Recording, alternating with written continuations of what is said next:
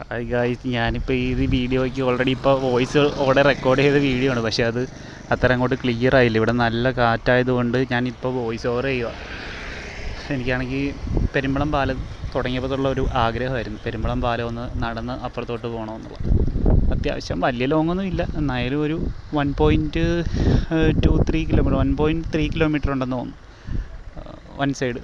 അപ്പോൾ ആഗ്രഹത്തിൻ്റെ പുറത്ത് ചുമ്മാ ഒന്ന് നടന്ന് നോക്കാം. ഇവിടെയാണെങ്കിൽ നിർത്താത്ത കാറ്റാണ്.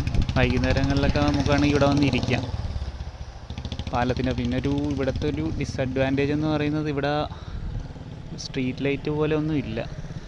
രാത്രിയായ ഇരുട്ടിക്കഴിഞ്ഞാൽ ഇവിടെ കൂരാക്കൂരിട്ടാണ്. ഈ പാലത്തിൻ്റെ ഒരു ഹൈലൈറ്റാണ് ഈ കാണുന്ന ഈ ആർച്ച് കേട്ടോ. ഈ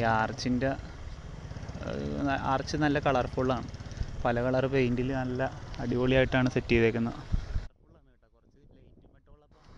ഞാൻ ഓൾറെഡി നല്ല രീതിക്ക് ഇതിനകത്ത് ഞാൻ വോയിസ് സംസാരിച്ചുകൊണ്ട് വീഡിയോ ചെയ്തതാണ്. പക്ഷേ എന്ത് ചെയ്യാം, ആ വോയിസ് കാറ്റ് കാരണം ഞാനിവിടെ ഒന്നൊന്ന് പ്ലേ ചെയ്ത് നോക്കിയപ്പോൾ കിട്ടുന്നില്ല. അങ്ങനെ നമ്മുടെ ചലഞ്ച്, അതായത് സെൽഫ് ചലഞ്ചാണ് കേട്ടോ. അതുകൊണ്ട് പാലം കയറി അപ്പുറത്തോട്ട് ചെന്നിട്ട് അടങ്ങത്തുള്ളൂ എന്നുള്ള മൂഡിൽ ഞാനിങ്ങനെ നടന്നുകൊണ്ടിരിക്കുകയാണ്. നല്ല തണുത്ത കാറ്റുണ്ട്. ആ സൈഡിൽ കാണുന്നതെന്ന് വെച്ച് കഴിഞ്ഞാൽ എറണാകുളം ജില്ലയാണ് അവിടെ കാണുന്നത്. അത് എനിക്ക് കാണാൻ പറ്റുന്നുണ്ടോയെന്ന് അറിയില്ല. ആ ചെറിയ കെട്ടിടങ്ങൾ, ആ ലൈറ്റ് കാണുന്നതൊക്കെ എറണാകുളം ജില്ലയാണ്.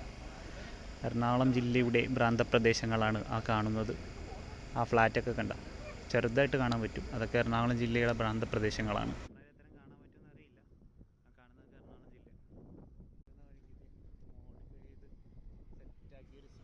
നടന്ന് പകുതി എത്തിയപ്പോൾ തന്നെ ഇരുട്ടായി. പെട്ടെന്നാണ് അങ്ങോട്ട് ഇരുട്ടുന്നത് ഇവിടെ. ഇപ്പം നല്ല രീതിക്ക് ഇരുട്ടായി. അങ്ങനെ പ്രത്യേകിച്ച് കാഴ്ചകളൊന്നുമില്ല, പക്ഷേ നല്ല കാറ്റുണ്ട്. ആ കാറ്റ് കൊണ്ടാണ് പോകുന്നത് കൊണ്ട് നമുക്ക് ആ ഒരു നടത്തത്തിൻ്റെ ആ ഒരു ക്ഷീണമൊന്നും തോന്നത്തില്ല. ഒരിടയ്ക്ക് ഞാനിവിടെ വരുമ്പോൾ ഇവിടെ ഭയങ്കര തിരക്കായിരുന്നു. ഇപ്പോൾ തിരക്കൊന്നുമില്ല, ഫ്രീ ആയി. പാലത്തിലൊക്കെ ഇപ്പോൾ വണ്ടി പോലീസുകാർ നിർത്തി.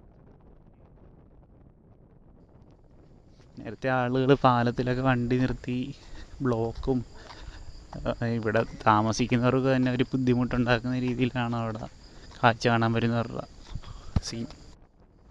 പാലത്തിൻ്റെ അറ്റത്തോട്ട് ഇറങ്ങി എത്താറായപ്പോൾ അവിടെ ഒരു താഴത്തായിട്ടൊരു ഹൗസ് ബോട്ട് കിടക്കുന്നു, ചെറുതൊരെണ്ണം. അതിൽ ബുക്കിംഗ് നമ്പറൊക്കെ എഴുതി വെച്ചിട്ടുണ്ട്. എനിക്കൊന്ന് ഹൗസ് ബോട്ടിംഗ് ഒക്കെ ഉണ്ടെന്ന് തോന്നുന്നു ഇവിടെ. അങ്ങനെ പാലം ഇറങ്ങി കയറി പൂർത്തീകരിച്ചിരിക്കുകയാണ് ഗൈസ്. അപ്പോൾ ഓക്കെ, ബൈ, ടാറ്റ.